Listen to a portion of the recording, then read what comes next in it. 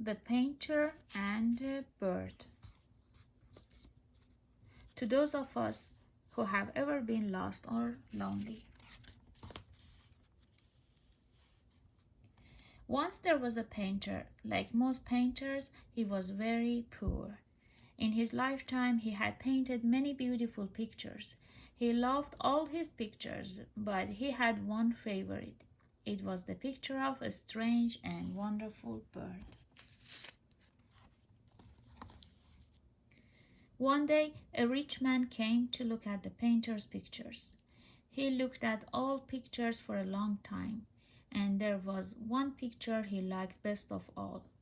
It was the painting of the strange and wonderful bird, of course. The poor painter did not want to sell that painting, but the rich man offered the painter more and more money. Finally, the painter could no longer refuse.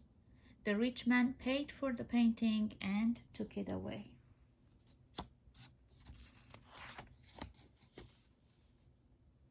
The rich man took the picture with him in his big red car.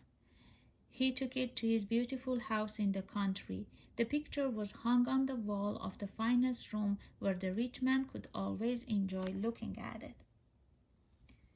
But the strange and wonderful bird was not happy. He missed the painter who had painted him. And so one day the picture bird flew away.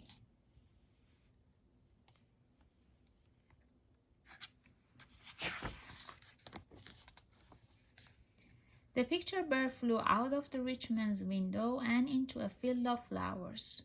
In the field was a handsome rooster. "Please," said the picture bird, "can you tell me where to find the painter who painted me? He is a kind man and has a big beard."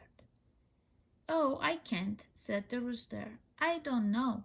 I never leave this field. Go and ask the birds in the forest. They fly everywhere. Perhaps they can help you."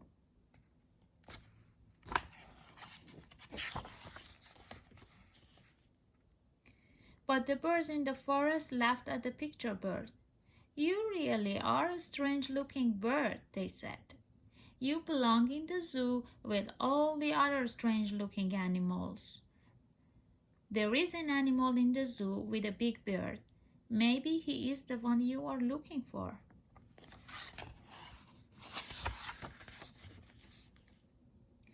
So the picture bird flew off to find the zoo. Soon the bird came to a large animal in a cage. The animal had a big beard, but it was a lion, not a painter. "I am the king of the beasts," growled the lion. "When you sit on my head, you look like my crown. Why don't you stay for a while? Perhaps your painter will come to paint my picture."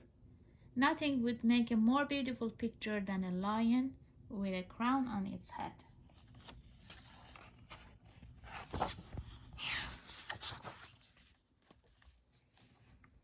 So the picture bird stayed in the zoo, and people came from everywhere to see the lion, king of the beasts, with a strange and wonderful bird sitting on its head. But the painter did not come.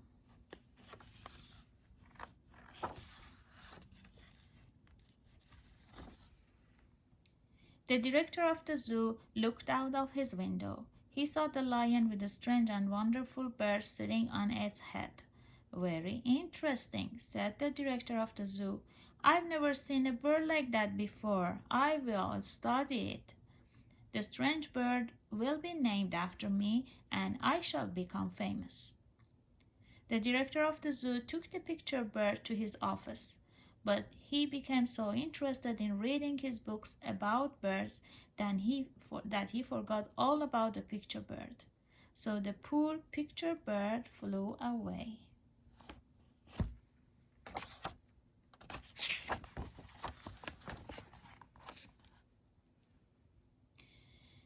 The sad picture bird flew and flew and flew, and it shed a tear of unhappiness. Then it saw something flying in the sky. "Why, that looks like a large white bird," thought the picture bird. "Maybe it can help me." but the large white bird flew much too fast. It soon disappeared into clouds.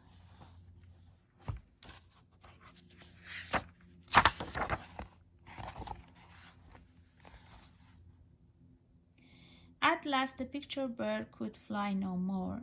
It was tired, it was lonely, it had no home. As it stood in the grass with a big tear in its eye, along came a boy and a cat. Fortunately for the bird, the boy arrived just before the cat. The boy listened to the bird's story, and suddenly the boy remembered that he had seen the bird before. "I know where you belong," the boy cried. "I know where your friend, the painter, lives. Come along with me."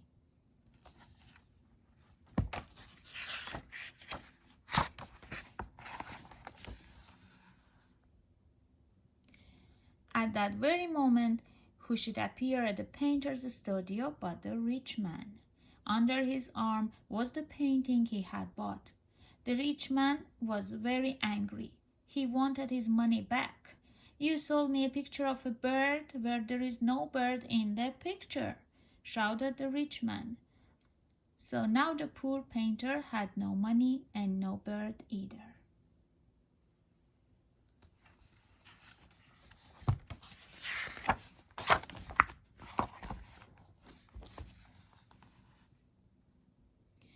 Just as the rich man stormed out of the front door, the boy and the picture bird came in the back door. The artist was overjoyed. He gave the boy a hug. Smiling and laughing, he said to the picture bird, "Welcome home." The picture bird, happy as could be, flew right back to its place in the picture.